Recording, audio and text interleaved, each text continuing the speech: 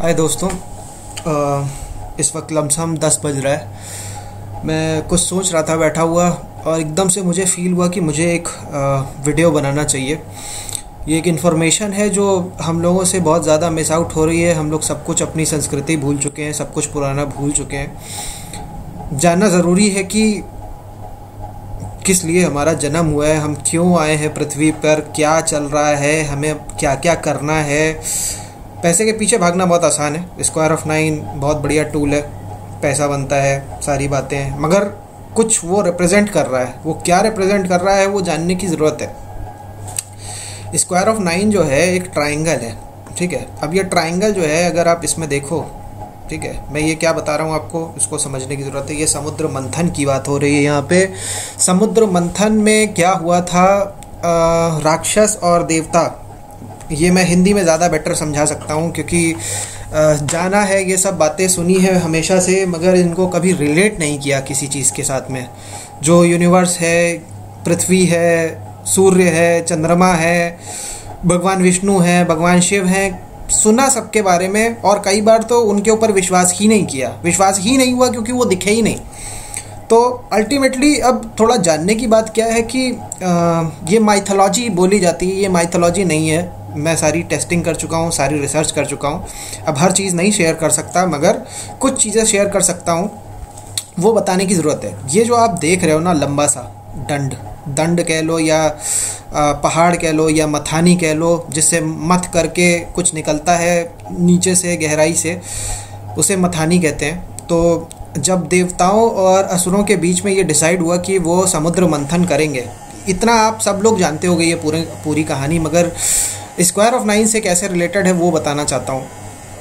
तो जब देवताओं और असुरों में ये डिसाइड हुआ कि समुद्र को मथना है, समुद्र के अंदर बहुत सारी चीज़ें हैं। अब ये समुद्र क्या है, ये कॉस्मिक रिवर है। कॉस्मिक रिवर मतलब यूनिवर्स में जो हमारी पृथ्वी है उसमें तो पानी है ही है, मगर चारों तरफ ब्रह्मांड में भी बहुत सारा पानी है।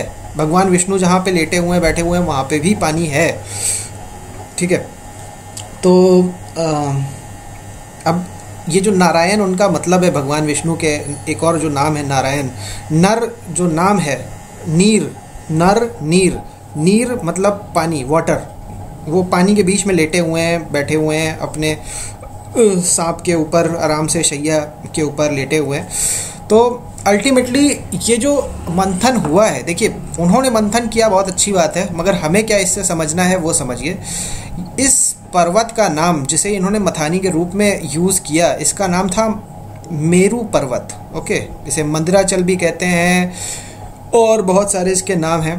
तो ये मेरू पर्वत जो है, अगर आप शरीर में अपने देखें तो एक चीज़ है जिसका नाम मेरू से स्टार्ट होता है। थोड़ा सा गेस करिए, फिर मैं बता देता हूँ। मेरुदंड क्या है, हमारी स्पाइनल कॉर्ड, ओके। तो स्पाइनल कॉर्ड अगर आप देखो, ठीक है, अब हमारे शरीर में जो 7 चक्र का सिस्टम है जिसको हमें जगाना होता है अल्टीमेटली, और नीचे से जो सुप्त अवस्था में सर्प बैठा हुआ है, सांप बैठा हुआ है, कुंडलिनी मार करके, वो धीरे धीरे फिर ऊपर आना चालू होता है, ठीक है। पूरी बाइबल में यही चीज़ें लिखी हुई हैं, मगर कोडेड लैंग्वेज में लिखी हुई हैं, और हर एक धर्म ग्रंथ में सेम स्टोरीज, सेम चीज़ें अलग अलग स्टाइल से लिखी हुई हैं। तो कई बार तो हिंदू, मुस्लिम और क्रिश्चियंस इसी बात में झगड़ते रहते हैं कि जो अब्राहम है वो ब्रह्मा से लिया गया नाम है, क्राइस्ट कृष्णा से लिया हुआ नाम है। अच्छी बात है, मगर दोनों जगह पे समान घटनाएं हुई और लमसम नाम भी सेम थे। मैं आपको एक छोटा सा हिंट देता हूँ। इलियड वेव का जो आपने नाम सुना है, एल का मतलब आप जानते हो, एल इलेक्ट्रिसिटी का स्टार्टिंग एल से होता है, एल से, ठीक है, EL से। इलेक्ट्रिसिटी और इलियड वेव में देखिए समानता क्या है। इलियड वेव भी इलेक्ट्रिसिटी की तरीके वेव्स चल रही हैं, और एल जो इलेक्ट्रिसिटी जो नाम है, जो भी चीज़ है अपने नाम को, अपने आप को मैनिफेस्ट करेगी और उसका नाम भी लमसम वैसा ही होगा। अब मैं आपको अगर बोलूं कि स्क्वायर ऑफ 9 में पाइथन का एक सांप कह लो, जो पाइथन का सांप होता है उसमें बड़े क्लियर स्ट्रक्चर बने होते हैं। स्क्वायर ऑफ 9 को अगर आप एक पाइथन लिपटा हुआ बैठा हुआ है ऐसे देखो, ठीक है, यहाँ पे देखो आप, पाइथन लपेटा हुआ है, ठीक है, पाइथन कह लो, चाहे जो सांप को कह लो, वासुकी नाग था, जो भी था, कोई भी सांप समझ लो आप। अल्टीमेटली वो जो पाइथन है उसने, आप उसको इमेजिन करो कि स्क्वायर ऑफ 9 पे बैठा हुआ है, लेटा हुआ है, कुंडलिनी मारी हुई है। अब सेम उसी तरफ आप देखो, बार बार पाइथागोरस का नाम आता है। जब भी हम ट्रिग्नोमेट्री की बात करते हैं और स्क्वायर ऑफ 9 की बात करते हैं, बार बार पाइथागोरस का नाम आता है। तो सेम पावर अपने आप को मैनिफेस्ट करती है उसी लमसम मिलते जुलते नाम से। एक बात नहीं है। अब देखिए बुद्ध को देखिए, बुद्ध बुद्धि का प्रतीक, मगर गौतम बुद्ध हैं वो, और बुद्ध क्या है, एक ग्रह है जो बुद्धि का प्रतीक है, मगर बुद्ध का नाम गौतम बुद्ध पड़ता है।